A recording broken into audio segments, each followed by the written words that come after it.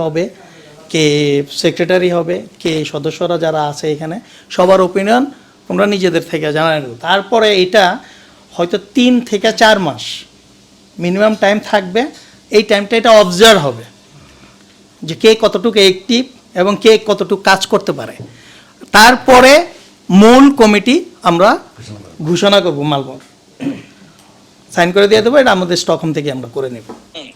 আপনারা আগামীতে বিএনপিকে আরো শক্তিশালী করবেন।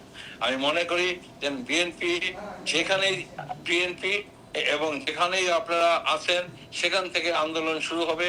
আগামীতে আমাদের নির্বাচন আসছে এবং ফেব্রুয়ারিতে যদি নির্বাচন হয় আপনারা দেশের সবাইকে বলবেন হ্যাঁ বিএনপিকে ভোট দেওয়ার জন্য, এবং সবাই যাদের কেন্দ্রে যায় এবং ভোট দেয় সেই লক্ষ্য রেখে আমি সবাইকে আন্তরিক অভিনন্দন জানাচ্ছি এবং আপনারা সবাই আমার জন্য দোয়া করবেন।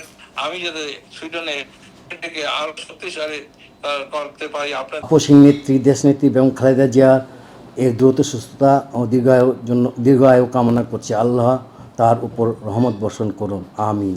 তার পূর্ণ সুস্থতা দান করুন এবং দ্রুত মুক্তি প্রদান করুন, আমিন।